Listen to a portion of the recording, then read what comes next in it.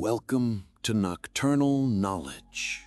Tonight, we're exploring The Almanack of Naval Ravikant by Eric Jorgenson. Settle in as we journey through the complete text. If you enjoy this exploration, please consider liking this video and subscribing for more deep dives into the world's most influential books. Our journey begins now. Understanding wealth versus money versus status. We've begun our exploration of Naval Ravikant's philosophy, and to truly understand his approach to building a fulfilling life, we need to grasp the fundamental distinctions he makes between wealth, money, and status. These aren't just semantic differences. They represent entirely different goals and paths. Naval is clear. Seek wealth, not money or status. He breaks this down with striking simplicity. Wealth is having assets that earn while you sleep, he states. Think of it as building a system that generates value for you continuously without your direct hour-by-hour involvement. This could be a business, intellectual property, or investments that compound over time. It's about creating assets that work for you. Money, on the other hand, is defined as how we transfer time and wealth. It's the medium of exchange, the tool we use to acquire goods and services, and importantly, the way society rewards us for creating value or for dedicating our time. Money is a representation of labor or stored wealth, but it is not wealth itself. You can have a lot of money, but very little wealth if you don't have assets that produce income independently. And then there's status. Naval describes, status is your place in the social hierarchy. He sees this as fundamentally different and often detrimental pursuit. He advises us to ignore people playing status games. They gain status by attacking people playing wealth creation games. Status games are often zero-sum. For someone to gain status, someone else often has to lose it. This creates an environment of competition, resentment, and distraction from the true goal of creating lasting value and well-being. Naval's advice is to steer clear of these games as they tend to breed negativity and distract from building genuine wealth and well-being. The crucial takeaway here is to shift your focus from simply earning money, which is often a direct exchange of your time, to building wealth, which is about creating assets that appreciate and generate income. Naval emphasizes, you're not going to get rich renting out your time. You must own equity, a piece of a business, to gain your financial freedom. This ownership is what allows your assets to work for you even when you're not actively working. It's the difference between being an employee and being an owner, a crucial distinction for long-term financial independence. So when you think about your goals, consider whether you're chasing money or status, or if you're diligently building wealth. The path to wealth creation is about ownership, leverage, and creating something of lasting value. It's a marathon, not a sprint. And understanding these foundational definitions is the first crucial step in navigating that path. As we move forward, we'll delve deeper into how to actually build this wealth, starting with the concept of specific knowledge. The principles of getting rich. Having explored the fundamental differences between wealth, money, and status, we now turn our attention to the practical principles of how to actually get rich. This isn't about a get-rich-quick scheme, but rather a long-term, sustainable approach to building genuine wealth. Naval emphasizes that this is a skill, something that can be learned and cultivated over time, rather than a lucky break. The very first principle is crucial. Seek wealth, not money or status. Naval clarifies that wealth is the accumulation of assets that generate income even while you sleep. Think businesses, real estate, intellectual property. Money, on the other hand, is simply the medium of exchange, the social credit we use to transfer that wealth. Status, meanwhile, is your position in a social hierarchy, a game often played by those who aren't focused on wealth creation. Naval suggests that by focusing on building real wealth, money and status will often follow as a byproduct. This naturally leads to the second principle: understand that ethical wealth creation is possible. This might sound obvious, but Naval points out that if you secretly harbor disdain for wealth or the wealthy, it will likely elude you. He encourages embracing the idea that you can build wealth by providing genuine value to society. This brings us to the core of how wealth is created: own equity in a business. Naval is unequivocal on this point. You're not going to get rich renting out your time. You must own equity, a piece of a business, to gain your financial freedom. Renting out your time, even at a high hourly rate, ties your earnings directly to your effort. When you stop working, your income stops.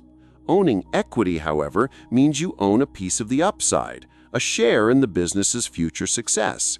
This is the path to passive income and true financial freedom, where your assets work for you even when you're not working. He elaborates that this means building a business yourself or owning stock in companies that do. Naval then articulates a powerful concept for wealth generation: give society what it wants but doesn't know how to get at scale. Think about groundbreaking technologies or services. At one point, oil was a technology that made Rockefeller rich. Cars were technology that made Henry Ford rich. Smartphones were technology that made Steve Jobs rich. These were things society would eventually want, but didn't yet know how to procure or create efficiently. Your goal, Naval suggests, is to identify these unmet needs and figure out how to deliver solutions at scale, reaching a vast number of people. The internet has amplified this by allowing niche interests to find their audience and scale globally. This leads to the final key principle for today: play long-term games with long-term people. Naval emphasizes that all significant returns in life, whether in wealth, relationships, or knowledge, come from compound interest. This applies not just to financial capital, but to reputation and relationships as well. Building trust and a solid reputation takes time and consistent ethical behavior. When you play long-term games with people who are also playing long-term games, you create a virtuous cycle of compounding trust and mutual benefit. He uses the example of Elad Gil, a fellow investor, with whom he loves to do deals because Elad consistently goes out of his way to create favorable outcomes, fostering a relationship where both parties benefit immensely over time. Conversely, short-term thinking and playing zero-sum games with people who are only focused on their own immediate gain will ultimately limit your own potential. By internalizing these principles, seeking genuine wealth, understanding ethical creation, owning equity, providing scalable solutions, and playing the long game with the right people, you begin to build a solid foundation for a rich and fulfilling life. These are not quick fixes, but enduring strategies that, when applied consistently over time, can lead to profound financial success. And as we continue our exploration, we'll see how these principles intertwine with building sound judgment and finding happiness. Chapter 4: Leverage, the Engine of Wealth. Having explored the fundamental principles of wealth creation, we now turn our attention to what Naval calls the engine of wealth, the multiplier for all those other efforts: leverage. Without leverage, you're essentially limited by your own time and energy. With it, your potential is magnified exponentially. Naval explains that leverage amplifies judgment. This is a crucial point. It's not just about having a lot of something, It's about having that something work for you and directing it with sound decision-making. He emphasizes that leverage is a force multiplier for your judgment. So, what exactly is this leverage? Naval breaks it down into 4 core types. First, there's capital. This is money, or more broadly, assets that can be deployed to generate more wealth. To access capital, Naval suggests you need to demonstrate specific knowledge, accountability, and most importantly, good judgment. People entrust their capital to those they believe can wisely steward it. Second, there's labor. This is the oldest form of leverage, using other people to do work for you. However, Naval notes that this is often the most difficult and messy form. It requires significant leadership skills, and you're always one step away from things going wrong with the people you manage. He cautions, labor leverage will impress your parents, but don't waste your life chasing it. The third and fourth types of leverage are where Naval sees the most opportunity in the modern era, and these are what he calls permissionless leverage: code and media. Permissionless leverage is the most democratic. It means you can create something, software, a book, a podcast, that works for you without needing anyone's permission. This is the leverage of the newly rich. Think about it. If you write a book, it can be sold to millions without you having to be present for each transaction. If you code a piece of software, it can serve countless users simultaneously. Naval elaborates, code and media are permissionless leverage. They're the leverage behind the newly rich. You can create software and media that works for you while you sleep. This is the power of intellectual property that can be replicated at virtually zero marginal cost. This leads to a powerful concept: productizing yourself. It's about combining your unique skills and knowledge with these scalable platforms. Naval puts it succinctly. Your summary says, productize yourself. What does that mean? Productize and yourself. Yourself has uniqueness. Productize has leverage. When you can package your specific knowledge, your unique abilities onto a platform that can scale it, you create immense leverage. This could be writing a blog, creating a YouTube channel, developing an app, or even designing a course. Crucially, Naval stresses that inputs don't always equal outputs. Focus on leveraged output. In the age of leverage, raw effort isn't the primary driver of wealth. It's the impact of your effort, amplified by these leverage tools. He gives the example of software engineers, stating, a leveraged worker can outproduce a non-leveraged worker by a factor of 1,000 or 10,000. With a leveraged worker, judgment is far more important than how much time they put in or how hard they work.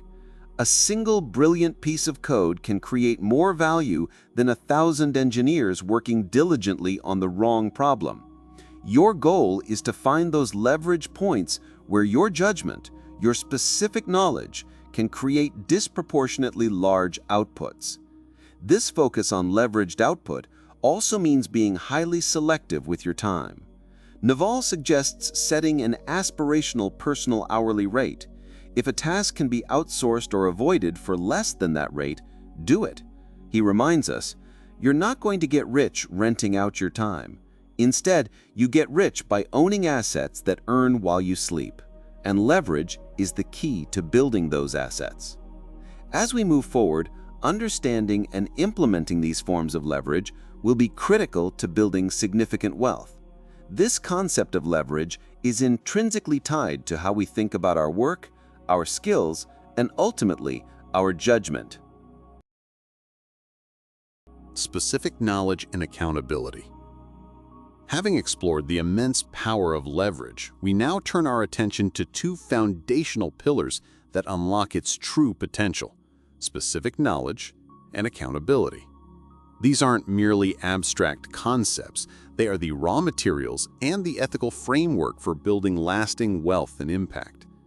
Naval tells us that to truly get rich, you must arm yourself with specific knowledge, accountability, and leverage. And he defines specific knowledge quite provocatively. Specific knowledge is knowledge you cannot be trained for. If society can train you, it can train someone else and replace you. Think about that for a moment. What does this mean? It means the knowledge you gain in a traditional classroom setting, the kind that can be standardized and replicated, is inherently less valuable in the long run for wealth creation. If a company can train someone else to do what you do, they can replace you, and that limits your leverage and your earning potential. So where do you find this elusive, specific knowledge? Naval points to a very personal and often overlooked source. Specific knowledge is found by pursuing your genuine curiosity and passion rather than whatever's hot right now. This is the key.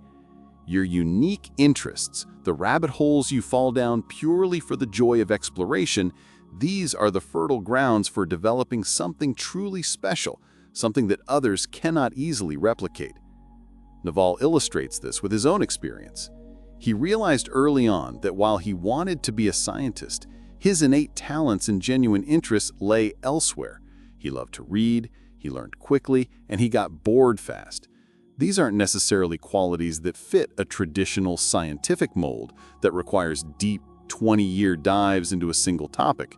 But for venture investing, for understanding new technologies and making rapid assessments, these traits were incredibly valuable. He found that building specific knowledge will feel like play to you, but will look like work to others. This is the magical intersection.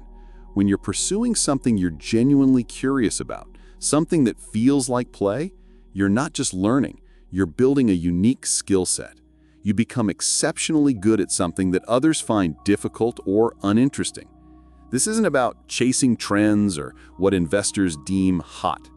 It's about following your own intellectual compass. As Naval puts it, if society can train you to do it, then eventually they will train a computer to do it. The path to unique value lies in the territory that society doesn't yet know how to train others for. The internet has amplified this principle exponentially. It's provided a platform for niche interests to find their audience and for individuals to scale their unique knowledge globally. The internet has massively broadened the possible space of careers. Most people haven't figured this out yet. You can now build a business, create products, and generate wealth simply by expressing your unique self online, provided you find your audience. This leads us to the second critical component, accountability. Naval states, embrace accountability and take business risks under your own name. Society will reward you with responsibility, equity, and leverage. When you put your name on something, when you take personal responsibility for its success or failure, you signal a level of commitment and credibility that is rare. This is risky, of course. You expose yourself to potential public failure, humiliation, and financial loss.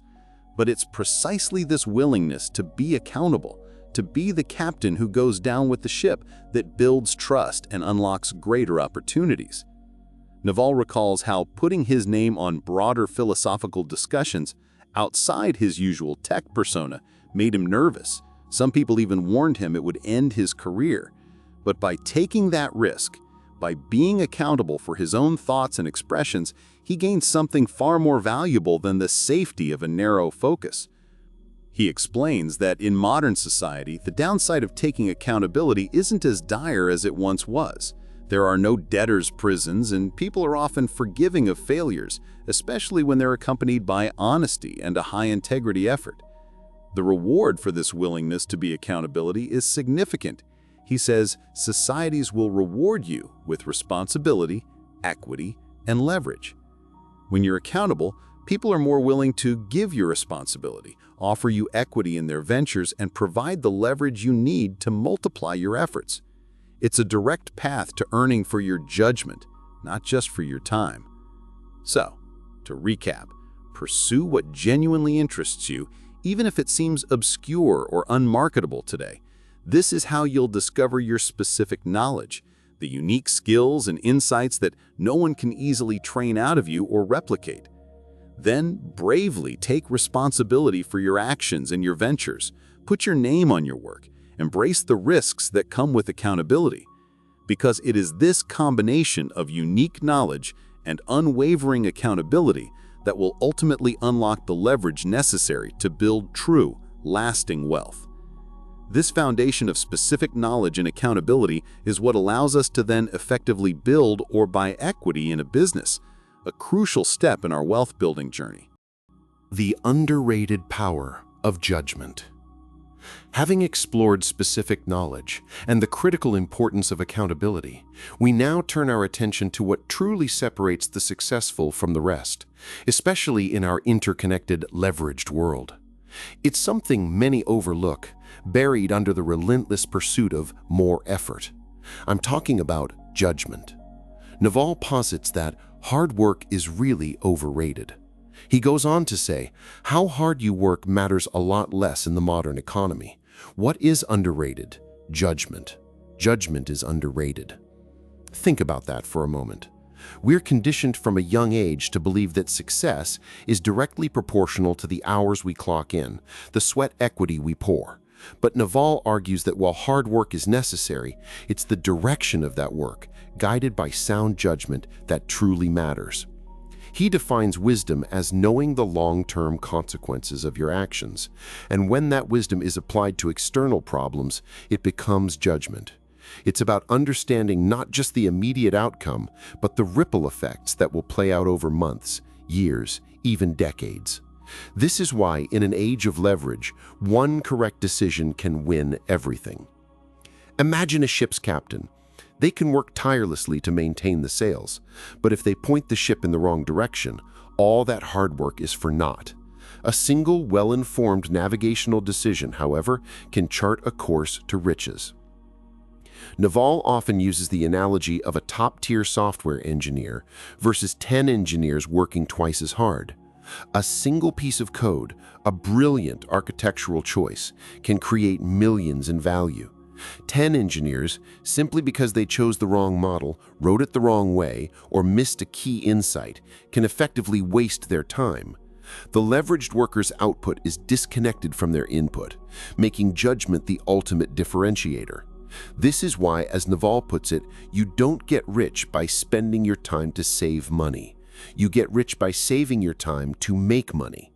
It's about valuing your time so highly that you're willing to invest it in making better decisions rather than spending it on trivial tasks. He recommends setting an aspirational personal hourly rate. For him, even before he was wealthy, it was $5,000 an hour. That seemingly absurd figure forces a crucial reevaluation of how his time is spent. If a task can be outsourced or simply avoided for less than that rate, it's a no-brainer. This principle extends to saving time to make money, not the other way around.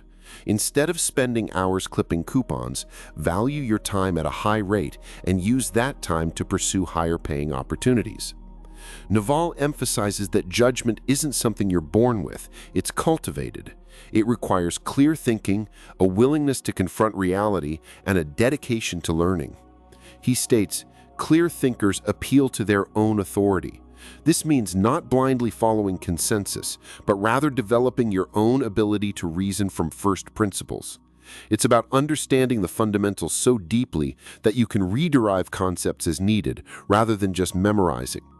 This is where the importance of saving your time to make money, don't spend time to save money, truly shines. Your time is your most precious non-renewable resource. Guard it fiercely. Invest it wisely in activities that build your judgment, your specific knowledge, and your leverage. This focus on long-term consequences and informed decision-making is what will ultimately compound your efforts, leading to the wealth you desire.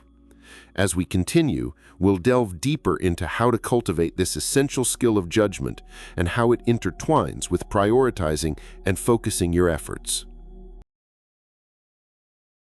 Thinking clearly and dealing with reality. Having explored the underrated power of judgment, we now turn our attention to the very foundation upon which all sound judgment is built: thinking clearly and dealing with reality. Naval suggests that clear thinking is more valuable than raw intelligence. This might seem counterintuitive. We often associate intelligence with the ability to process vast amounts of information, to solve complex problems, and to dazzle with intellect. But Naval argues that without the ability to see things as they truly are, even the most brilliant mind can be led astray. So, what does it mean to think clearly? Naval offers a simple yet profound litmus test. If you can't explain it to a child, then you don't know it. This isn't about condescension, it's about distillation. True understanding lies in the ability to break down complex ideas into their fundamental components, making them accessible and comprehensible to anyone, regardless of their background. Think of Richard Feynman, the Nobel Prize-winning physicist, who could explain the most intricate scientific principles with childlike simplicity, starting from basic arithmetic and building up through an unbroken chain of logic. This is the hallmark of a clear thinker, not someone who uses jargon to impress, but someone who can illuminate with clarity. The real thinkers, Naval suggests, are those who can rederive concepts from the basics as they need them, rather than just memorizing.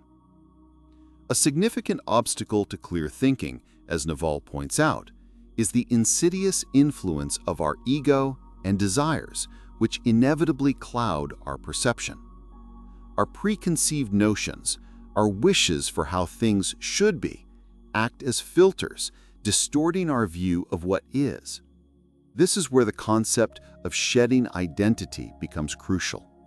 Naval encourages us to recognize that our monkey mind, with its constant chatter, its biases, and its emotional responses, often hinders our ability to see reality.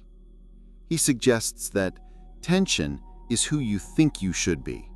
Relaxation is who you are.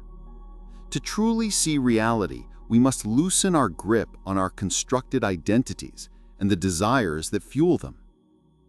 Naval articulates this through the concept of suffering. He defines suffering as the moment you can no longer deny reality. Think about a time you've ignored warning signs in a relationship or a business, clinging to a desired outcome. The eventual failure, the painful truth, is often amplified by the delay in accepting it. This moment of suffering, while painful, is also a moment of truth. It's a forced embrace of reality from which genuine progress can begin. The key, then, is to not let our desires collide with reality, preventing us from seeing the truth. This leads to a vital practice, making time for thinking. In our hyper-connected world, we are constantly bombarded with information and demands. Naval stresses the importance of intentionally carving out unscheduled time. He states, "If you don't have a day or two every week in your calendar, where you're not always in meetings and you're not always busy, then you're not going to be able to think. You're not going to be able to have good ideas for your business. You're not going to be able to make good judgments." He believes that great ideas come from boredom, not stress. When our minds are free from the constant demands of activity, when we allow ourselves to be bored, that's when true insight can emerge. It's in these quiet, often unhurried moments that the most profound connections are made and the clearest thinking can emerge. So, how do we cultivate this clarity? Naval's advice is to be radically honest, not just with others, but with ourselves. He emphasizes that what we wish to be true clouds our perception of what is true. By reducing our ego, by loosening the grip of our conditioned reactions and our fervent desires for specific outcomes, we can create the mental space needed to truly perceive reality. This allows us to see things for what they are, not what we wish them to be. This focus on clear, unadulterated perception is the bedrock of sound decision-making, a topic we will delve into next. By understanding how our minds can mislead us And by actively cultivating space for quiet contemplation, we can begin to dismantle the barriers to clear thinking and embrace reality as it is, paving the way for wiser choices and a more peaceful existence. Mental models for decision-making. Having explored the realms of thinking clearly and confronting reality head-on, our journey now shifts to the practical application of these insights, making effective decisions. Naval emphasizes that to navigate the complexities of life and business, we need more than just raw intelligence. We need a toolkit of mental models. These are frameworks, lenses through which we can view problems and arrive at sound conclusions. Naval suggests we collect these models from diverse fields. Think of it like assembling a personal operating system for your mind, drawing inspiration from the evolutionary processes that shaped us, the strategic dance of game theory, and the profound inquiries of philosophy. These are not just academic pursuits, they are practical tools for understanding the world and making better choices. He highlights several key models that form the bedrock of effective decision-making. First among these is inversion. This is the art of tackling problems by thinking about what you don't want or how to avoid failure, rather than solely focusing on achieving success. As Naval puts it, I don't believe I have the ability to say what is going to work. Rather, I try to eliminate what's not going to work. This often leads to a clearer path, as avoiding pitfalls can be more straightforward than charting a course to a specific, often elusive success. Then there's complexity theory. Naval acknowledges that the world is inherently unpredictable and that our ability to forecast the future is limited. He states, the more I got into it, the more I understand the limits of our knowledge and the limits of our prediction capability. Embracing this ignorance rather than fighting it allows us to build systems that operate effectively even when faced with uncertainty. Naval also stresses the importance of microeconomics and game theory. Understanding supply and demand, incentives, and strategic interactions is crucial for navigating any business or societal system. He notes, I don't think you can be successful in business or even navigate most of our modern capitalist society without an extremely good understanding of supply and demand, labor versus capital, game theory, and those kinds of things. And a foundational concept from science, falsifiability, is paramount. Naval explains, if it doesn't make falsifiable predictions, it's not science. This principle applies not just to scientific inquiry, but to our own beliefs and hypotheses about the world. If a belief cannot be tested and potentially proven wrong, it's not a reliable guide for decision-making. Crucially, Naval underscores the foundational importance of basic math, probability, and statistics.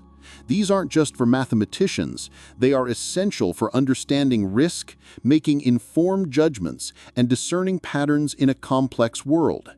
He advises, crack open a basic math book and make sure you are really good at multiplying, dividing, compounding, probability, and statistics.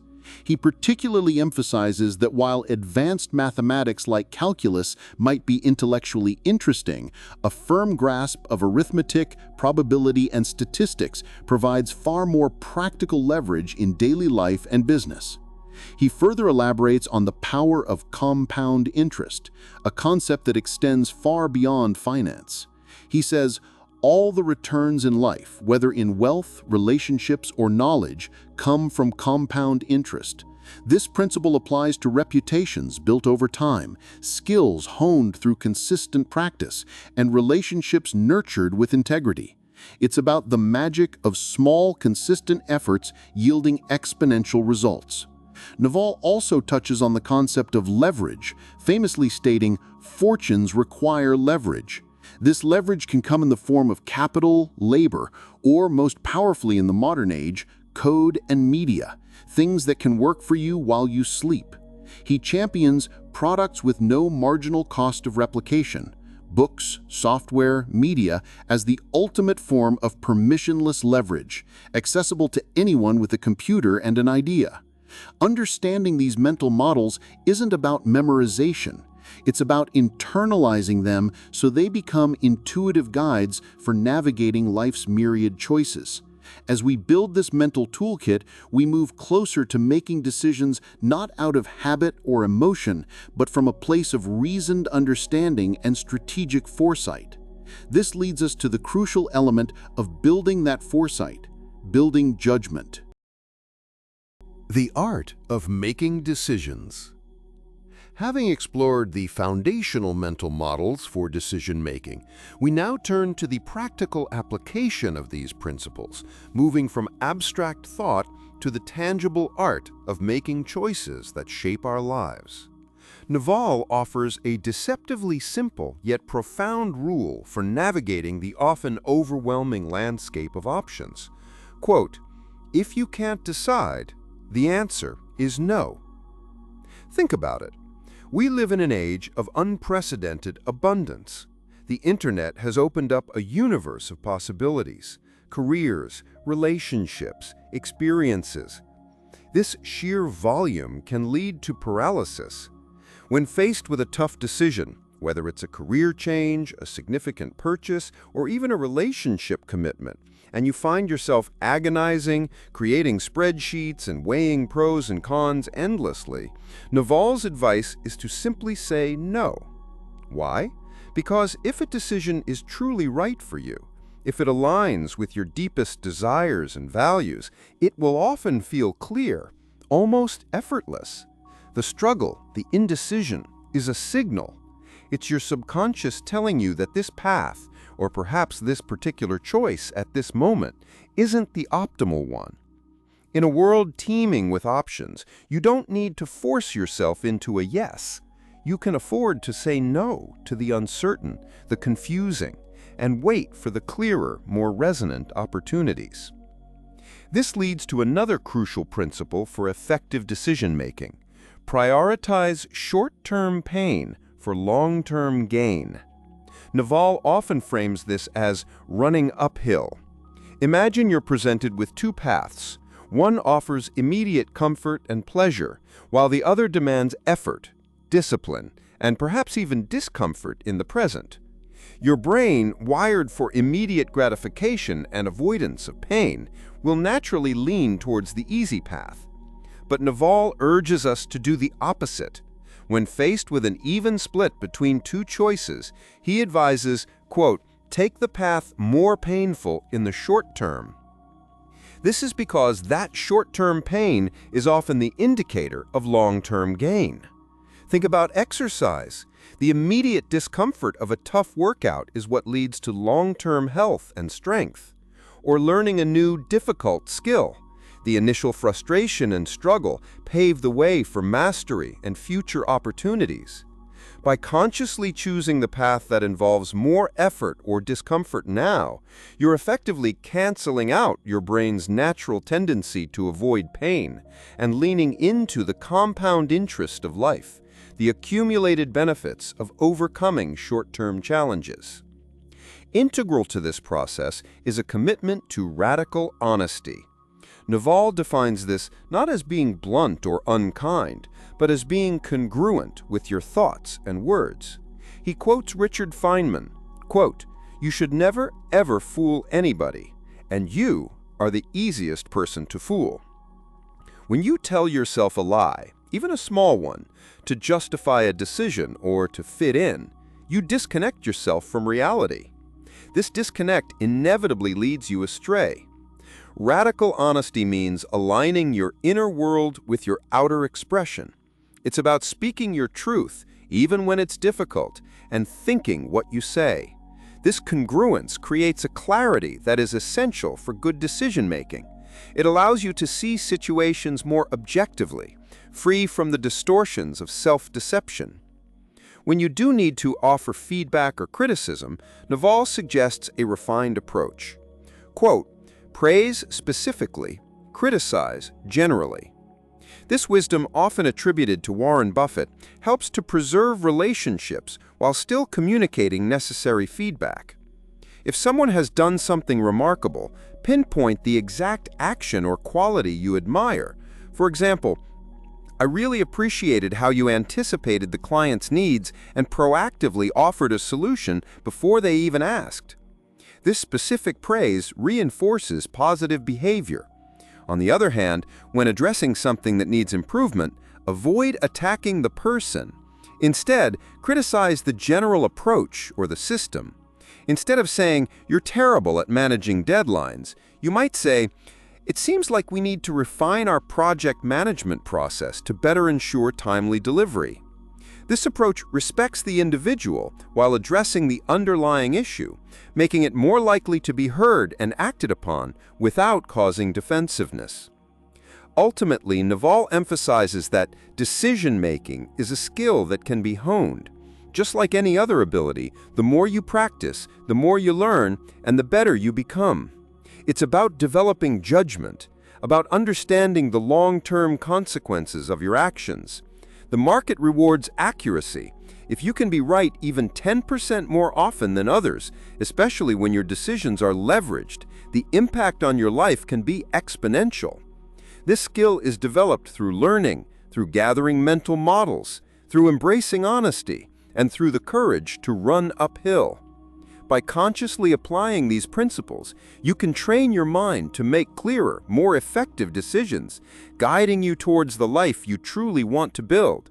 And as you refine this skill, you'll find yourself less caught in the indecision, less swayed by short-term comforts, and more aligned with your authentic self, moving steadily towards a more fulfilling future. Having explored the art of making decisions, we now turn our attention to perhaps the most fundamental pursuit of human existence: happiness. Happiness is a skill, not a destination. Naval has a profound insight. Happiness is a choice you make and a skill you develop. This is a critical shift in perspective. For so long, we've been conditioned to believe happiness is something we find, like a hidden treasure or a long-lost destination. We chase it through achievements, possessions, or external validation, convinced that once we reach that point, we'll finally be happy. But Naval suggests the opposite. Happiness isn't a reward for achieving something. It's a state that can be cultivated, day by day, moment by moment. Think about it. We diligently work to improve our physical fitness, knowing that consistent effort leads to a healthier body. We learn new skills for our careers, understanding that practice makes perfect. Naval argues that happiness operates on the same principle. It's not a static state you arrive at, but a dynamic skill that needs to be honed. So what exactly is this skill? Naval posits that happiness is the default state when nothing is missing. This is a profound idea. Imagine a child completely engrossed in play, their mind not burdened by worries of the past or anxieties about the future. They are simply there, present in the moment, and therefore happy. Happiness in this view isn't about the accumulation of positive thoughts, but rather the absence of something lacking. It's the quiet space that emerges when our constant desires for more or different fade away. Naval clarifies that this isn't about suppressing negative emotions or forcing positivity. In fact, he states, every positive thought essentially holds within it a negative thought. It's the duality of existence. If you're happy, it implies you can also be unhappy. True contentment, he suggests, arises not from a constant state of euphoria, but from the absence of desire. When we can accept the present moment the way it is, without needing it to be something else, we create the space for peace. He elaborates, at any given time, when you're walking down the streets, a very small percentage of your brain is focused on the present. The rest is planning the future or regretting the past. This constant mental chatter, this monkey mind, as he calls it, is the primary barrier to experiencing genuine happiness. When we can quiet that internal dialogue, when we can anchor ourselves in the present moment, we unlock a deeper sense of peace and contentment. This isn't about becoming passive or indifferent to life. It's about realizing that our internal state is far more within our control than we often believe. It's about understanding that our interpretation of events, rather than the events themselves, is what truly shapes our experience. As Naval puts it, reality is neutral. Reality has no judgments. To a tree, there is no concept of right or wrong, good or bad. You're born, you have a whole set of sensory experiences and stimulations, lights, colors and sounds, and then you die. How you choose to interpret them is up to you. You have that choice. This powerful understanding sets the stage for how we can actively contribute and actively cultivate this skill.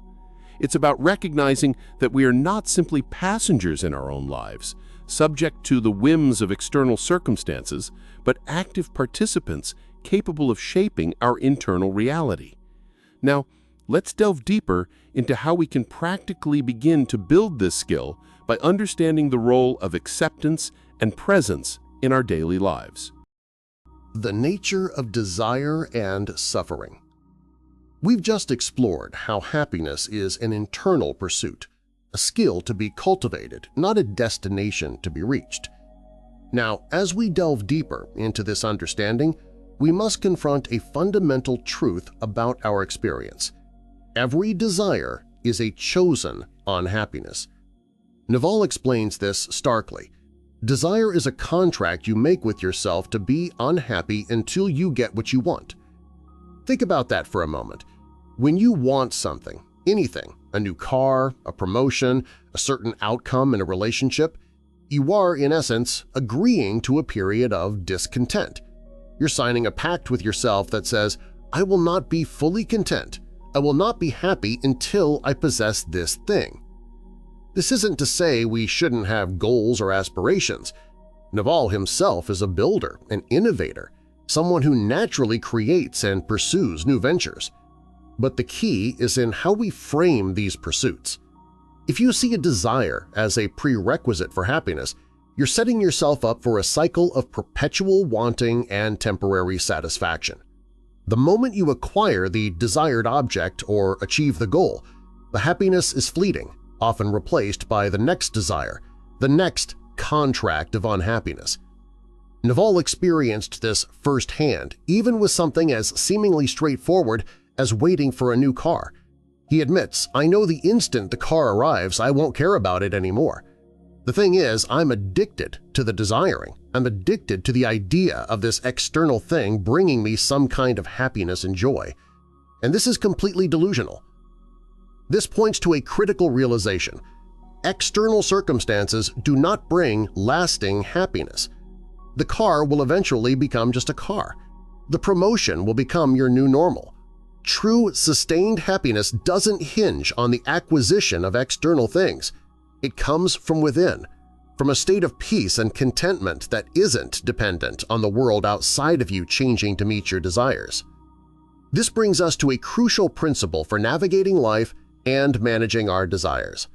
Acceptance is crucial. Change it, accept it, or leave it. Naval frames this as having three simple choices in any situation. If you want to change a situation, that's your desire, and it will indeed cause you suffering until you achieve that change. This isn't inherently bad. It provides motivation. But Naval advises us to be very selective about these desires. He suggests pick one big desire in your life at any given time to give yourself purpose and motivation. Trying to chase too many desires simultaneously is a recipe for distraction and unhappiness. If you cannot or choose not to change a situation, then acceptance becomes your path. This doesn't mean passive resignation. It means acknowledging reality as it is without the resistance of your ego or your unmet desires. Naval explains that the struggle, the aversion, is responsible for most of our misery. The simplest hack he offers is the single word, accept. And if a situation is truly unbearable and you cannot change it or accept it, then you have the third option, leave it. This could mean leaving a job, a relationship, or even a physical location. The important point is to avoid the trap of wishing for change, wishing to leave, but instead remaining stuck in a state of aversion and unhappiness. So as we move forward, Remember that every desire is a potential doorway to unhappiness. By understanding this, and by consciously choosing to change what we can, accept what we must, and leave what we cannot bear, we begin to disarm the very mechanisms that lead to suffering. This understanding is the bedrock upon which a more peaceful and genuinely happy life can be built.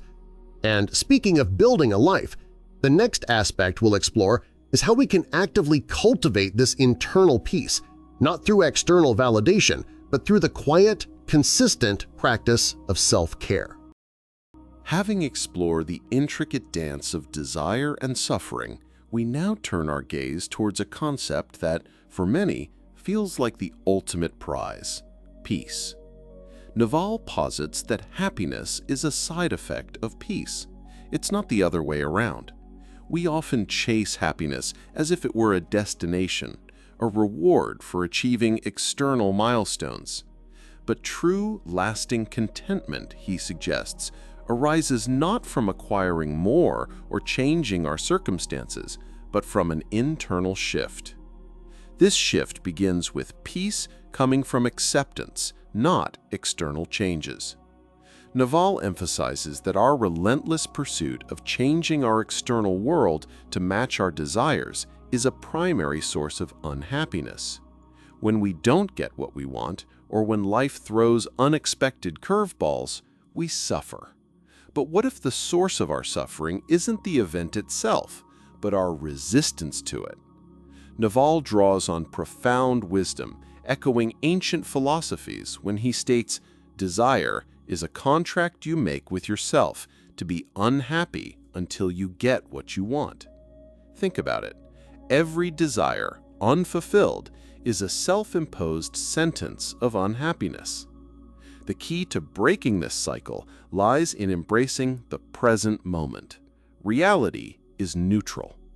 Naval suggests that we often project our judgments and expectations onto the world, creating a personal narrative that clashes with objective reality. He uses the analogy of nature. To a tree, there is no concept of right or wrong, good or bad. Reality, in its raw form, simply is. It's our internal interpretation, our internal dialogue, our desires and fears that color it with positive or negative hues.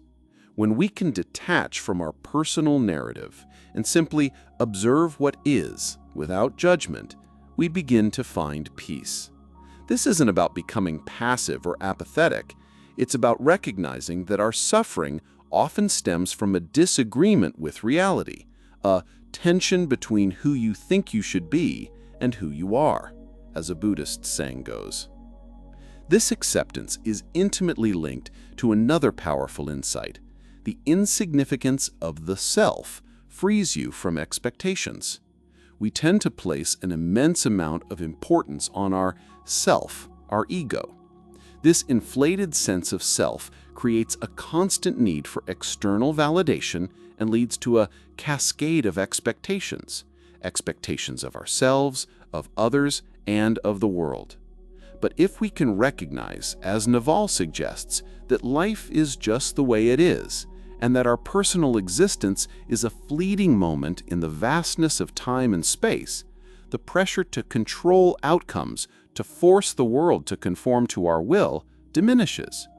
When you view yourself as insignificant, or rather, part of something much larger and far more transient, you're liberated from the burden of needing things to be a certain way. This doesn't mean you stop striving or creating, but rather that you detach from the outcome, allowing for a deeper sense of peace and presence. Naval's perspective here isn't about resignation, but about a profound recalibration of our internal compass. By accepting reality as it is, by grounding ourselves in the present moment, and by loosening the grip of our ego and its endless expectations, we can begin to cultivate a state of inner peace. And it is from this foundation of peace that genuine, lasting happiness can then blossom, not as a goal to be chased, but as a natural, beautiful consequence. This shift towards internal peace prepares us for the next exploration, which delves into the very nature of our purpose and how we can navigate life's complexities with a clear mind. Building happiness habits. Having explored the profound concepts of acceptance and presence as pathways to peace, we now turn our attention to a more active, yet equally vital aspect of cultivating a fulfilling life: building happiness habits. Naval's philosophy consistently emphasizes that happiness, much like physical fitness or mastering a skill, is not an accident of birth or a passive state to be stumbled upon. Instead, it is a skill that can be learned, honed, and integrated into our daily lives through the power of consistent habits. He articulates this clearly, stating, "Happiness is built by habits." This is a powerful reframe, shifting the focus from an elusive external goal to a tangible, actionable practice. It suggests that we have agency in shaping our own contentment day by day, habit by habit. So, what kind of habit should we cultivate? Naval points us towards practices that nurture our physical and mental well-being. He champions meditation, not just as a way to find calm, but as a practice to understand our own minds, to observe our thoughts without judgment, and to become present. He also highlights the importance of a healthy diet and regular exercise. As he puts it, if you have peace of body, it's easier to have peace of mind. These physical foundations are not merely about longevity, they are directly linked to our capacity for emotional stability and overall happiness. Conversely, Naval advises us to be mindful of and actively avoid habits that create dependency or anxiety. He points to the pervasive influence of social media, the fleeting dopamine hits it provides, and how it can lead to a constant state of craving and withdrawal. Similarly, he notes that while caffeine might offer a temporary boost, it can destabilize our moods in the long run. These are the modern-day traps that can subtly erode our happiness, making us reliant on external stimuli rather than fostering internal well-being. The goal is to replace these thoughtless, often detrimental habits with ones that genuinely serve our long-term peace and happiness. As we cultivate these personal habits and our social connections, we naturally begin to see how these practices intertwine with our broader pursuit of a meaningful life. This leads us to consider how our inner state can not only shape our happiness, but also influence our ability to connect with others and, in turn, find joy in those connections. Shedding identity to see reality. Having explored the foundational habits of building happiness, we now turn to a more profound aspect of understanding ourselves and the world around us, shedding the constructed layers of identity to perceive reality more clearly. Naval often emphasizes that our egos and identities are not inherent truths, but rather elaborate constructs built from the ground up, shaped by our environments, our upbringing, and the societal narratives we absorb. He points out, our egos are constructed in our formative years, our first 2 decades. They get constructed by our environment, our parents, society. Then we spend the rest of our life trying to make our ego happy. This constant effort to satisfy a self that's been built rather than discovering who you truly are can be a significant barrier to genuine contentment and clear thinking. Naval encourages us to uncondition yourself, to be able to take your habits apart and say, okay, this is a habit I probably picked up when I was a toddler trying to get my parents' attention. He suggests that any belief adopted as part of a package, whether it's political affiliation, religious doctrine, or even a professional identity, should be critically re-evaluated. The danger, as he sees it, is that creating identities and labels locks you in and keeps you from seeing the truth. When we rigidly adhere to these labels, we can find ourselves defending positions without truly understanding them, simply because they align with our predefined identity. This tribal identification, this need to belong to a group with a shared set of beliefs, can prevent us from engaging with reality as it is. This is where the idea of challenging beliefs and avoiding tribal identification becomes crucial. Naval warns that if all your beliefs line up into neat little bundles, you should be highly suspicious. True intellectual honesty, he implies, involves being willing to question deeply held convictions, especially when they come packaged with a specific group identity. He illustrates this by saying, "I used to identify as libertarian, but then I would find myself defending positions I hadn't really thought through because they're a part of the libertarian canon." This tendency to parrot groupthink, rather than arriving at conclusions through independent reasoning, is a subtle trap that can keep us from seeing the world as it truly is. The path to escaping competition, according to Naval, is authenticity. He posits that every human is different. Don't copy. If you are fundamentally building and marketing something that is an extension of who you are, no one can compete with you on that. When you operate from a place of genuine self-expression, from your unique strengths and talents, your genuine curiosity and your passions, you enter a domain where direct competition becomes almost irrelevant. Think of artists like Bill Watson, creator of Calvin and Hobbes, or Scott Adams with Dilbert. No one else can create their unique work because it's intrinsically tied to them. They can't be easily replicated or outcompeted in their authenticity. This leads to the powerful concept of being yourself with passionate intensity. Naval believes that your unique combination of specific knowledge, your innate talents, your genuine curiosity, and your passions are the bedrock of your individual contribution to the world. He emphasizes, no one in the world is going to beat you at being you. When you align your efforts with what you naturally love and are good at, work stops feeling like a chore and starts feeling like play.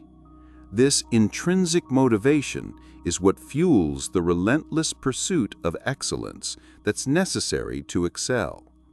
When you're doing something you genuinely love, you'll naturally put in the hours, you'll be more persistent through challenges, and you'll develop a mastery that others who are merely going through the motions simply cannot match. This authentic pursuit, done with a certain passionate intensity, is how you find your unique niche and thrive. As we continue to explore Naval's philosophy, this idea of aligning your internal state with external reality, free from the distortions of ego and manufactured identity, will be a recurring theme, paving the way for deeper insights into decision-making and judgment.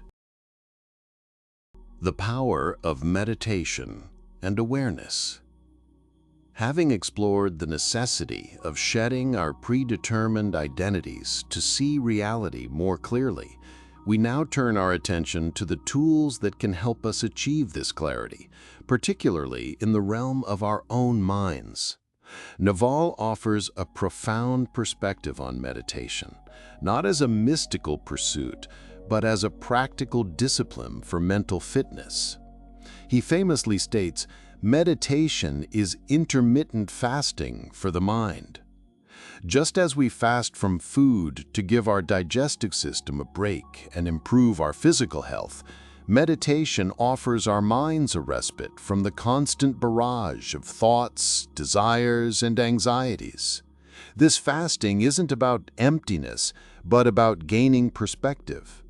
Naval advocates for what he calls choiceless awareness, a state of observing your thoughts without judgment. Imagine your mind is a busy street. Normally, we hop on the first thought that catches our eye, chasing it down alleys, getting entangled in its narrative. With choiceless awareness, you simply sit by the roadside and watch the parade of thoughts pass. You see the delivery truck of anxiety, the sports car of desire, the slow-moving bus of recurring memories. You acknowledge them, but you don't jump aboard. You don't judge the truck for being anxious or the sports car for being fast. You simply observe with a quiet, detached curiosity. This practice helps us recognize a fundamental truth. Recognize your mind as a tool, not a master. We often fall victim to what's commonly called the monkey mind, that restless, chattering internal voice that jumps from branch to branch, never settling, always seeking the next distraction or stimulus. This is the part of us that gets caught up in what-ifs and should-bes. By cultivating awareness, we begin to see this monkey mind for what it is, a powerful but ultimately manageable mechanism. It's a tool that can analyze, plan, and create, but it shouldn't be allowed to dictate our entire experience of reality. When we understand our mind as a tool, we can direct it rather than being directed by it. This is where the concept of self-control truly shines. Naval emphasizes that the body and mind are malleable. Practice self-control. We often believe our habits and our mental tendencies are fixed, immutable parts of our personality, but they are not. Just like a muscle can be strengthened through exercise, our mental and physical discipline can be honed through practice. Taking a cold shower, as Naval suggests, is a simple yet powerful way to exercise this self-control. Initially, the thought of the cold water is aversive, a signal to avoid discomfort. But by consciously choosing to step into the cold, by resisting the urge to retreat, we train ourselves to manage our reactions. This ability to resist immediate gratification or aversion, to endure short-term discomfort for long-term gain, is the bedrock of self-control. It allows us to make conscious choices, to act with intention, and to shape our own internal landscape, rather than being passive recipients of our own mental programming. This practice of self-control, of observing our thoughts without judgment, and of recognizing our mind as a tool, forms the foundation for deeper peace and clarity. It's through these disciplines that we can begin to unravel the layers of conditioning and ego, paving the way for a more authentic and contented existence. As we continue this exploration, we'll see how these inner skills directly impact our ability to navigate the external world and build a life of purpose and happiness. Embracing impermanence and death. We've journeyed through the landscapes of meditation and awareness, discovering how to anchor ourselves in the present moment. Now we turn our gaze towards a truth that shapes every aspect of our existence, a truth that, when fully embraced, can unlock profound peace and richer life: the inevitability of impermanence and death. Naval offers a radical perspective here. Instead of fearing death, he suggests we acknowledge it. This isn't morbid contemplation, but a pragmatic acceptance that can liberate us. He states, "Your life is a blink of a firefly in the night. You're just barely here. You have to make the most of every minute." This profound observation is a call to action, a reminder that our time is finite and every moment is precious. When we truly internalize this, the trivial anxieties and ego battles that consume so much of our energy begin to lose their grip. Think about it. The grand schemes, the perceived slights, the desire for external validation, all of it will eventually fade into dust. Naval elaborates, "The Sumerians, I'm sure they were important people and did great things, but go ahead and name me a single Sumerian. Tell me anything interesting or important Sumerians did that lasted. Nothing." This isn't to dismiss human achievement, but to put it in perspective. Our lives, our empires, even our planets are fleeting in the vastness of cosmic time. This realization, rather than inducing despair, can be incredibly freeing. It encourages us to let go of attachments, of the need to be right, of the endless pursuit of more. Naval encourages a positive reinterpretation of our experiences, especially in light of our mortality. He suggests, any moment where you're not having a great time, when you're not really happy, you're not doing anyone any favors. It's not like your unhappiness makes them better off somehow. All you're doing is wasting this incredibly small and precious time you have on this earth. This is a powerful reframing. Happiness isn't just a byproduct of fortunate circumstances, it's a responsibility.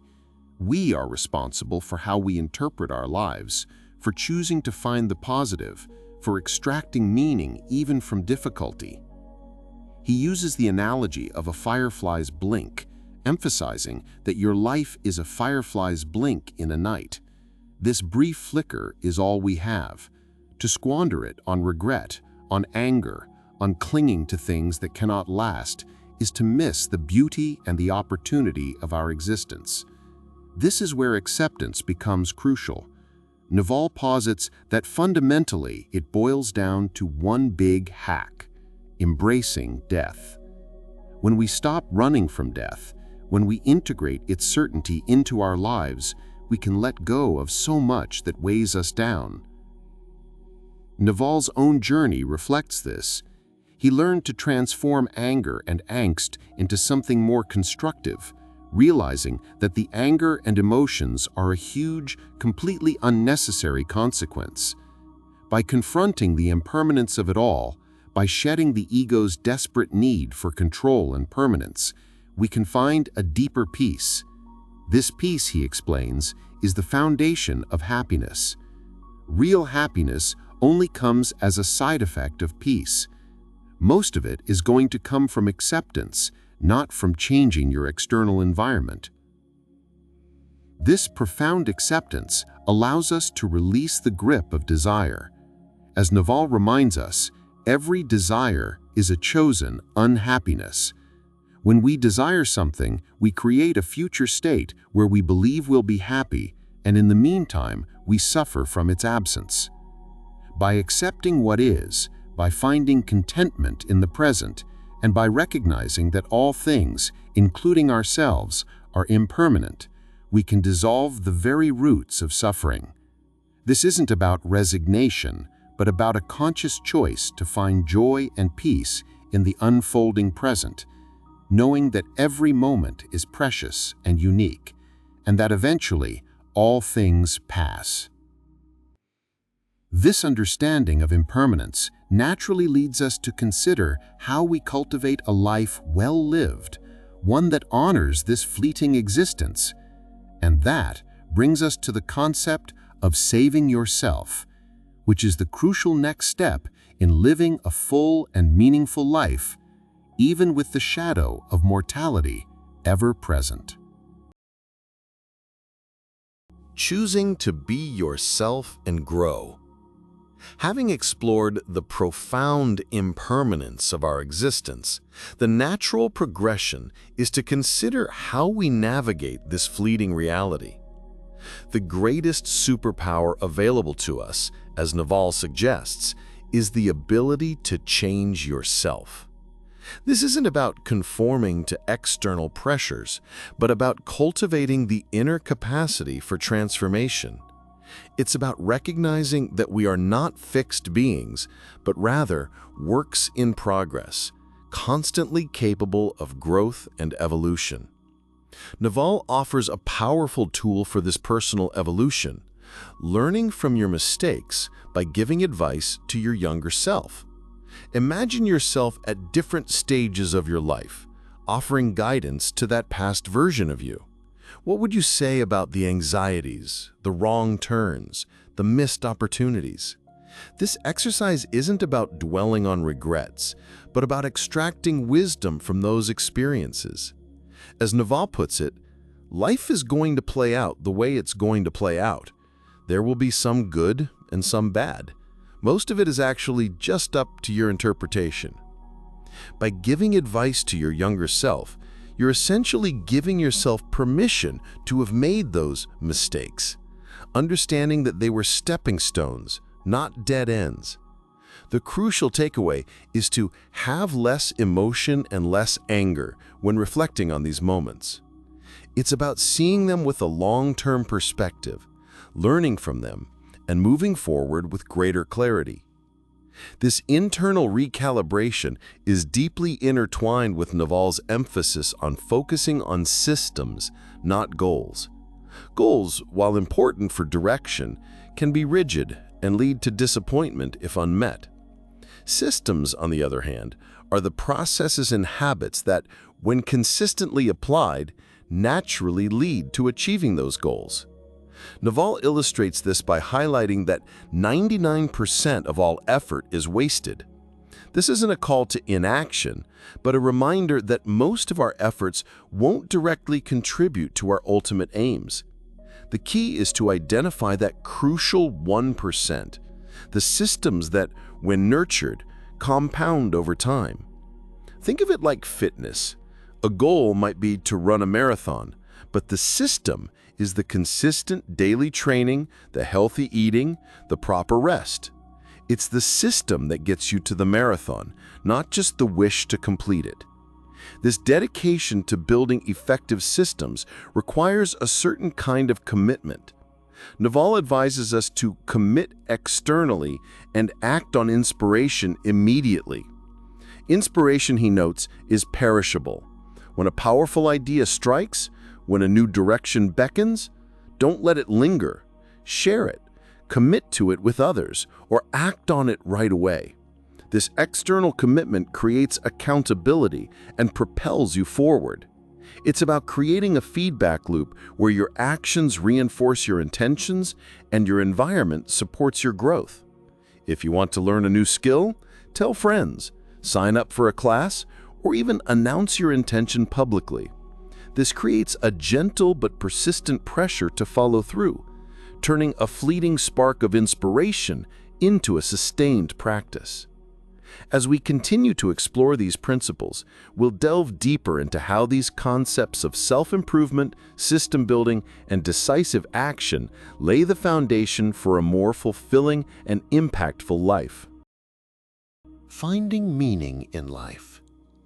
Having explored the essential elements of choosing yourself and nurturing your growth, we now arrive at a question that has occupied thinkers for millennia. What is the meaning of life? Naval's approach to this profound inquiry is characteristically direct and deeply personal. He offers not a single prescriptive answer, but rather a framework for personal discovery. Naval suggests that the meaning of life is deeply personal. He emphasizes that any definitive answer offered by another, even someone as insightful as Buddha or himself, will likely sound like nonsense because fundamentally you have to find it for yourself. The crucial element then isn't necessarily finding the answer, but engaging with the question itself. It's a process of introspection, of sitting there and digging with the question, which might take years, even decades. The meaning you discover when it resonates deeply will become fundamental to your existence. He presents a second, perhaps more stark perspective. Life has no intrinsic purpose. This is a concept rooted in the vastness of time and the universe.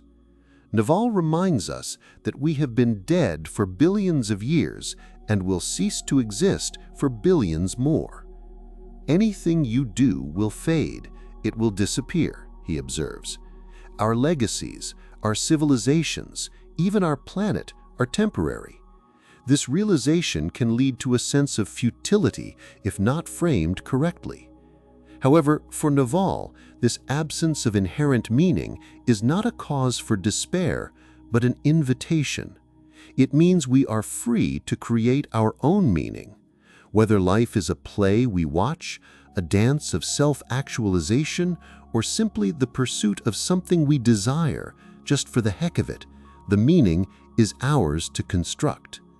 He likens the endless pursuit of whys to turtles all the way down. There's no ultimate external answer to be found. This leads to a powerful acknowledgement of the futility of seeking immortality or a lasting legacy. Naval is quite direct on this point.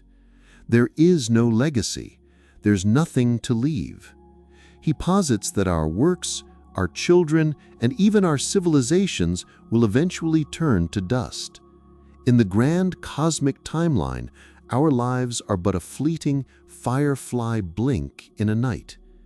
This understanding, he suggests, can paradoxically bring profound happiness and peace. When we embrace the ultimate impermanence, we realize that what truly matters is how we experience our reality and how we choose to interpret it. Therefore, the path forward is to embrace the present moment as the only true reality. Naval often states that there is actually nothing but this moment. The past is a fictional little memory tape, and the future remains unwritten. Our focus on what was or what might be distracts us from the only tangible reality we possess, the now. He encourages us to treat each moment as unique and precious, recognizing that we are constantly dying and being reborn with each passing second. He draws a parallel to childhood, where children often live in a state of present-moment immersion, free from the burdens of past regrets or future anxieties. This state, he suggests, is one of profound contentment. The pursuit of external validation, material possessions, or even trying to cling to moments of happiness can paradoxically pull us away from the present. Instead, Naval advocates for cultivating a state of peace, which he defines as happiness at rest. This peace arises from acceptance, from letting go of the need to control outcomes, and from recognizing that true fulfillment isn't found in achieving some future goal, but in appreciating the entirety of what is, right here, right now. To truly live in the present, we must learn to detach from the constant striving and desiring that can so easily consume our attention. Naval advises us to question each desire. Is it so important to me I'll be unhappy unless this goes my way? More often than not, the answer is no. This doesn't mean a life without goals or aspirations, but rather a shift in perspective. To appreciate the journey, to find joy in the process, and to understand that our ultimate worth is not tied to external achievements or the passage of time. Living by your core values. Having explored how to build wealth and find happiness, we now turn to the bedrock of a life well lived: living by your core values. This isn't about abstract ideals. It's about the practical, day-to-day choices that shape your character and your relationships. Naval emphasizes that true fulfillment comes not just from external success, but from internal alignment. He states, "My definition of freedom is internal freedom. It's freedom from reaction, freedom from feeling angry, freedom from being sad, freedom from being forced to do things." This internal freedom is intrinsically linked to living authentically, according to your deepest values. At the heart of this is honesty. Not just the absence of outright lying, but a deeper commitment to being truthful with yourself and with others. Naval believes that before you can lie to another, you must first lie to yourself. This suggests that self-deception is the root of most dishonesty. When you're honest with yourself, you can then extend that honesty to your interactions. He champions environments where he never wants to be in an environment or around people where I have to watch what I say. This openness is crucial because when you disconnect your thoughts from your words, it fragments your mind, pulling you out of the present moment and into constant self-monitoring. This commitment to honesty naturally leads to long-term thinking and peer relationships. Naval advocates for avoiding any short-term thinking or dealing. He explains, all benefits in life come from compound interest, whether in money, relationships, love, health, activities, or habits. This principle applies universally. Just as capital grows through compounding, so too do relationships. Invest deeply in people you intend to be around for the long haul. This means cultivating relationships where you are treated as an equal, a peer, not subservient or superior. Naval explicitly states, I don't believe in hierarchical relationships. I don't want to be above anybody, and I don't want to be below anybody. If I can't treat someone like a peer, and if they can't treat me like a peer, I just don't want to interact with them. This commitment to peer relationships fosters mutual respect and a more balanced dynamic. Conversely, Naval advises strongly against anger and short-term dealings. He sees anger as a primitive signaling mechanism, a precursor to violence that ultimately harms the person feeling it more than the target. Anger is a hot coal you hold in your hand while waiting to throw it at somebody, he quotes. This is why he actively removes himself from situations and people that foster anger, choosing instead to cultivate peace. Similarly, short-term thinking, whether in business or personal interactions, corrodes trust and prevents the compounding of benefits that lead to true, lasting success and happiness. The practical application of these values means aligning your actions with your deeply held beliefs. This isn't always easy. It requires self-awareness and a willingness to make difficult choices. Naval's experience with his wife illustrates this point beautifully. He shares that their relationship solidified because she saw my values. I am lucky I had developed them by that point. If I hadn't, I wouldn't have gotten her. I wouldn't have deserved her. This highlights a crucial aspect of seeking a worthy mate. You must first be worthy yourself. By cultivating your own integrity and living by your values, you naturally attract people who resonate with those same principles. When your values align, the small disagreements that plague lesser relationships fade into insignificance. Living by your core values isn't a destination, it's a continuous practice. It's about making conscious choices, day in and day out, to be honest, to think long-term, to seek peer relationships, and to avoid the corrosive influences of anger and short-sightedness. As we continue to explore how to build a fulfilling life, remember that the foundation of everything is this internal alignment. By understanding and living by your values, you create a robust framework for all other aspects of your life to flourish. Rational Buddhism and wisdom. Building upon our exploration of living by your core values, we now turn to a deeper understanding of how to integrate these principles into a truly fulfilling life. This journey leads us into the realm of what Naval calls rational Buddhism, a practical philosophy that marries ancient spiritual insights with the observable realities of science and evolution. Naval's approach isn't about dogma or blind faith. Instead, he encourages us to examine these profound ideas through the lens of reason and personal verification. As he puts it, try everything, test it for yourself, be skeptical, keep what's useful, and discard what's not. This is the essence of rational Buddhism, embracing the wisdom that resonates with our experience and discarding what doesn't hold up under scrutiny.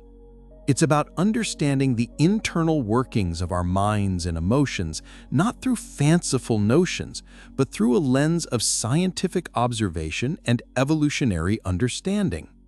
He reconciles these seemingly disparate fields by recognizing that evolution is true. I do know we are evolved as survival and replication machines. On one pole is evolution as a binding principle, on the other is Buddhism, which is the oldest, most time-tested spiritual philosophy regarding the internal state of each of us. A key pillar of this philosophy is the conscious effort to discard vices and embrace virtues. This isn't about suppressing desires, but about understanding them. Naval highlights that every desire is a chosen unhappiness. When we chase external validation or material possessions, we're essentially signing a contract with ourselves to be unhappy until we get what we want. This pursuit often distracts us from the present moment, a core tenet of Buddhist thought that Naval deeply embraces. He explains that our minds are often caught up in the past or the future, leading to regret or anxiety, and that happiness requires presence. By recognizing that our desires create a state of lack, we can begin to cultivate a sense of contentment by accepting what is rather than constantly striving for what isn't. This is where wisdom truly begins to bloom. Naval defines wisdom itself as understanding the long-term consequences of your actions. This means looking beyond immediate gratification and considering the ripple effects of our choices. If we want to build a lasting career, cultivate strong relationships, or achieve genuine peace of mind, we must develop the capacity to foresee the outcomes of our decisions. This requires a deliberate practice of thinking clearly and shedding the ego's influence, which often clouds our judgment with preconceived notions and desires. As he advises, if you can't explain it to a child, then you don't know it. The ability to distill complex ideas into their fundamental truths is a hallmark of clear thinking and, by extension, wisdom. Ultimately, the most profound realization in this path is that the present moment is all there is. Embrace it fully. Our past is gone, a collection of memories that can be reinterpreted, and the future is yet to be written. The only reality we truly inhabit is this very moment. By anchoring ourselves in the present, we can let go of the anxieties and regrets that plague us. Naval emphasizes that there is actually nothing but this moment. When we are fully present, we can appreciate the beauty around us, connect more deeply with others, and find contentment not by chasing future happiness, but by fully inhabiting the now. This is the essence of rational Buddhism, a path to enduring peace and fulfillment grounded in reason and an embrace of our present reality. Having explored these profound insights, we now transition to the practical application of building genuine judgment, a skill that underpins wisdom and navigates the complexities of life. The importance of reading and continuous learning. Having explored the foundations of wisdom and happiness, we now turn our attention to a pursuit that underpins all growth and understanding: the cultivation of reading and continuous learning. Naval himself emphasizes this fundamental principle, stating, "The genuine love for reading itself, when cultivated, is a superpower." In an age overflowing with information, the ability to learn and adapt isn't just beneficial, it's a critical advantage. As he puts it, the means of learning are abundant. It's the desire to learn that is scarce. Naval's own journey is a testament to this. He recounts how, as a child, the library was his sanctuary, his haven from a less than ideal environment. "My only real friends were books," he shares, recognizing early on the power of engaging with the greatest minds throughout history.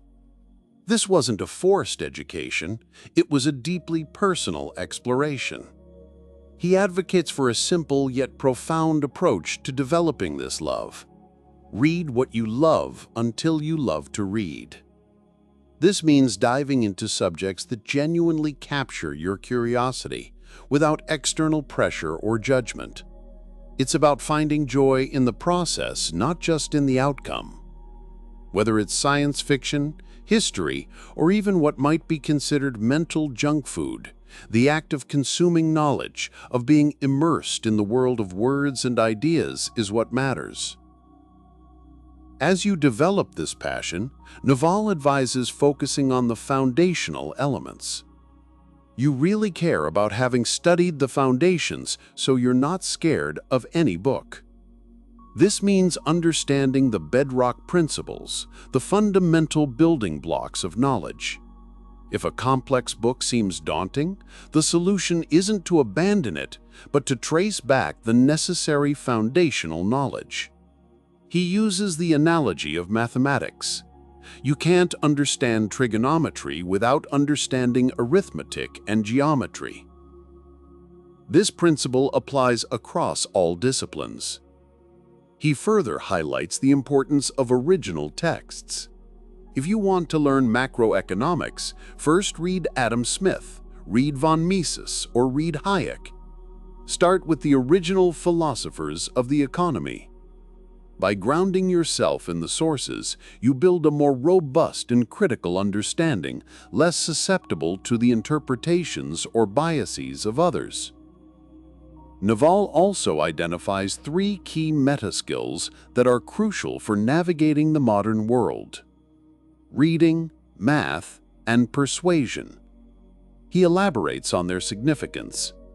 Mathematics is the language of nature. Understanding basic math, particularly arithmetic, probability, and statistics, is essential for making sound decisions, whether in business, finance, or simply navigating life. Similarly, the art of persuasion, the ability to communicate effectively and influence others, is a vital tool. And of course, reading, as we've discussed, is the gateway to all other knowledge. These aren't isolated skills, they are interconnected, forming a powerful toolkit for personal and professional growth. By mastering these foundational abilities, you equip yourself to tackle any new challenge or field that emerges.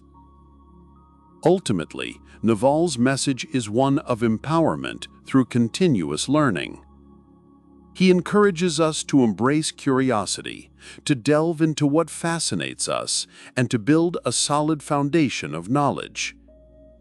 As you continue to absorb these ideas, consider how you can actively cultivate your own love for reading and learning, for it is here, in the pursuit of knowledge, that true superpowers are forged. Navigating modern life, technology, and habits. Having explored the profound importance of reading and continuous learning, we now pivot to a more immediate and ever-present aspect of modern existence: our relationship with technology and the habits that shape our daily lives.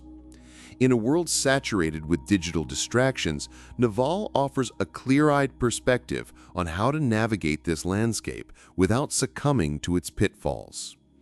He begins by acknowledging the pervasive nature of technology, particularly smartphones, and immediately highlights the need for awareness of its inherent downsides. These devices, designed for engagement, can easily become masters rather than tools. Naval's advice is direct and actionable. Minimize your smartphone app usage. He singles out 3 core functions: the phone itself, the calendar, and the alarm clock, as prime candidates for reduction. Why? Because these are the very mechanisms that tether us to constant availability, to the tyranny of scheduled demands, and to the jarring intrusions of the digital world into our personal time. Think about it. The phone is the gateway to constant communication. The calendar dictates our every hour, and the alarm clock is the daily alarm of our obligations. By actively minimizing their use, even by finding alternative, less intrusive ways to manage these functions, we begin to reclaim control over our attention and our time. Naval encourages us to treat these apps with a healthy dose of suspicion, questioning their necessity and seeking out analog or less demanding alternatives. This isn't about becoming a Luddite. It's about becoming a mindful user, consciously directing your digital tools rather than being directed by them. This mindful approach extends directly into our habits. Naval advocates for a deliberate practice of replacing thoughtless bad habits with good ones. This isn't simply about adding new positive routines, but about actively identifying and substituting the ingrained, often unconscious behaviors that detract from our well-being and productivity. These are the digital rabbit holes we fall into, the mindless scrolling, the reactive checking of notifications. They are the bad habits that masquerade as downtime, but are actually draining our mental energy. Consider the process. When you catch yourself reaching for your phone without a specific purpose, that's an opportunity. Instead of mindlessly opening an app, what if you chose to take a deep breath, stretch, or simply observe your surroundings? It's about creating a conscious pause, a moment of awareness where you can redirect your action from an automatic, often detrimental habit to a more intentional, beneficial one. It's work. The slow, steady work of building a better self, one habit at a time. Naval then offers a profound, almost game theory-like perspective on our engagement with the world, suggesting that the world is a game. Step out of it when you've mastered it. This is not an invitation to disengage entirely, but a call to recognize the nature of our pursuits. We engage in various games, wealth creation, social status, personal achievement, and we invest immense energy into mastering them. But what happens when you become truly adept at a particular game? When the challenges are no longer novel, when the rewards feel diminishing, and when you begin to see the underlying mechanics so clearly that the outcome feels predetermined. This is the point where, according to Naval, the wise individual considers stepping back. It's not about quitting, but about shifting your focus. Perhaps you've mastered the game of wealth creation. You've achieved financial independence. Now, the game of wealth for you has been played. Continuing to chase more wealth at the expense of peace or other deeper satisfactions might be a suboptimal strategy. Instead, you might turn your attention to another game, or perhaps to simply appreciating the mastery you've achieved, living from that place of competence and freedom. It's about recognizing when the pursuit itself becomes the obstacle to a richer, more meaningful existence. This mindset shift is crucial. By being aware of the downsides of technology, by consciously replacing bad habits with good ones, and by understanding when to step back from the games we play, we begin to build a life not dictated by external forces or ingrained patterns, but by our own deliberate choices and a clear understanding of what truly serves our well-being. It's a path to greater control, peace, and ultimately, a more authentic and fulfilling existence. And as we continue this exploration, we'll see how these principles of mindful engagement with technology and habits lay the groundwork for cultivating true happiness. Having explored the landscape of navigating modern life, technology, and habits, our focus now shifts to perhaps the most fundamental pillar of human experience: health, diet, and exercise. Naval posits that health is the #1 priority. It's not merely a goal, but the essential foundation upon which all other aspirations are built. Without it, the pursuit of wealth, happiness, or any other ambition becomes significantly more challenging, if not impossible. He emphasizes that prioritizing health is not a selfish act, but a prerequisite for effectively engaging with the world and contributing to it. When it comes to diet, Naval advocates for a return to basics, suggesting that the most processed foods are the ones we should consume the least. He highlights a particularly potent dietary pitfall: the combination of sugar and fat. Nature rarely pairs these two in concentrated forms, as they are incredibly potent signals to our bodies. Fat signals satiety, telling us we've had enough to eat, while sugar signals abundant energy. When combined, as they so often are in modern desserts and processed snacks, they create a perfect storm for overconsumption. Sugar drives hunger, overriding the satiating effect of fat, leading to a binge cycle. Naval suggests that a diet focusing on natural, unprocessed foods, and crucially avoiding this sugar-fat synergy, is a far more sensible approach. He also touches upon the power of fasting, noting that it can be surprisingly easier than strict portion control once the body adapts. On the exercise front, Naval stresses the paramount importance of consistency over intensity. While high-intensity workouts have their place, the real magic lies in showing up day after day. The best workout, he suggests, is simply the one you are excited enough to do every day. This adherence builds momentum and transforms a chore into a sustainable practice. He illustrates this with his own experience, noting that a daily morning workout was a complete game changer, making him feel healthier and younger. The common excuse, "I don't have time," Naval argues, is often a misdirection for "it's not a priority." When something truly becomes your number one priority, time miraculously appears.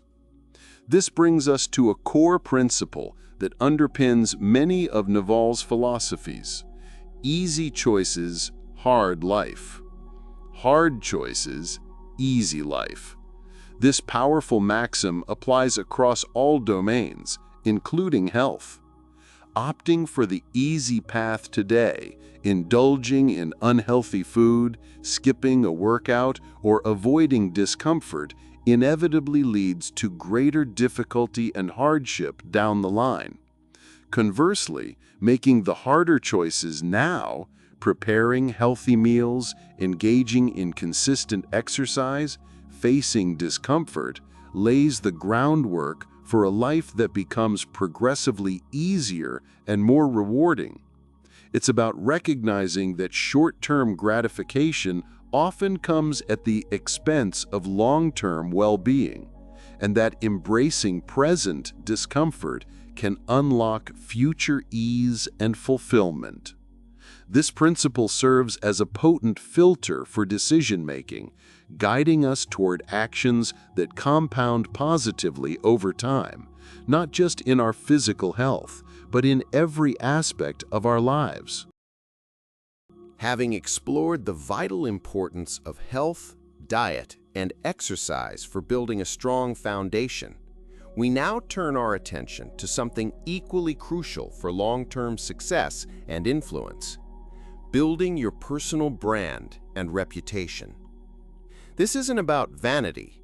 It's about strategically creating a platform and projecting your authentic self to attract the right opportunities and people into your life.